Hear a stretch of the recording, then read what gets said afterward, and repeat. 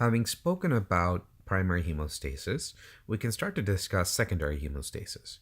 Two important factors or elements that are present in both is the release of the calcium ions from platelets' dense granules, which will activate all coagulation factors, and the factor 1 that is utilized in platelet aggregation. This is fibrinogen once again. And fibrinogen, when activated, which is factor 1A, is called fibrin. And this fibrin is the one that is cross-linked by factor 13. So factor 13 cross-links to 1A, and that is what causes this clot to form. The breakdown of this cross-linked fibrin is what causes D-dimers to form in things like DIC. Now, when we are talking about these coagulation cascade and any sort of hemostasis, once again, the impetus for all of this is endothelial damage. In this case, however, we're going to draw a few more endothelial cells just to remind ourselves that the endothelium plays a lot more role. Anytime there is damage, the collagen is exposed, as well as tissue factor. And tissue factor is going to be important for the extrinsic pathway of coagulation. Of course, this is collagen. So tissue factor activates factor 7, while the collagen will activate factor 12.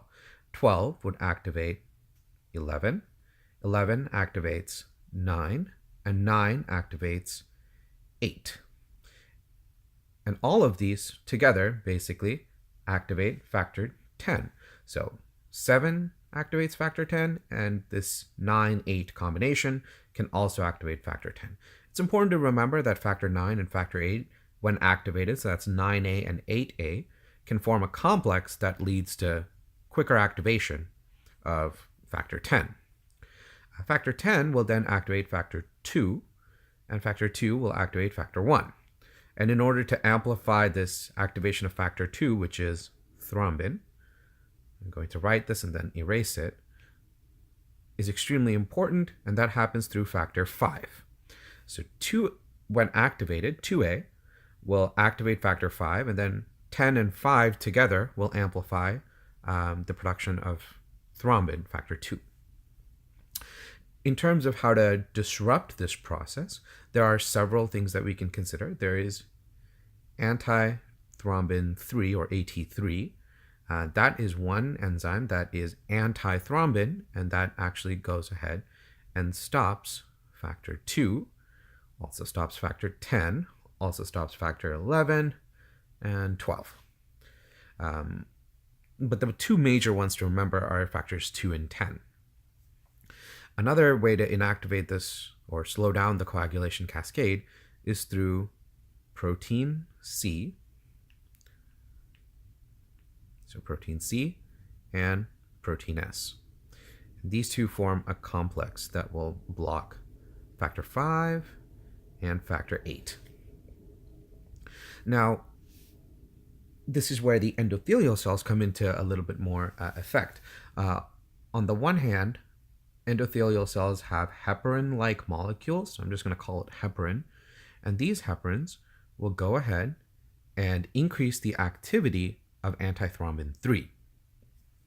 Similarly, protein C and protein S must be activated by this complicated process where factor 2, which is thrombin, is worked on by another molecule known as thrombomodulin.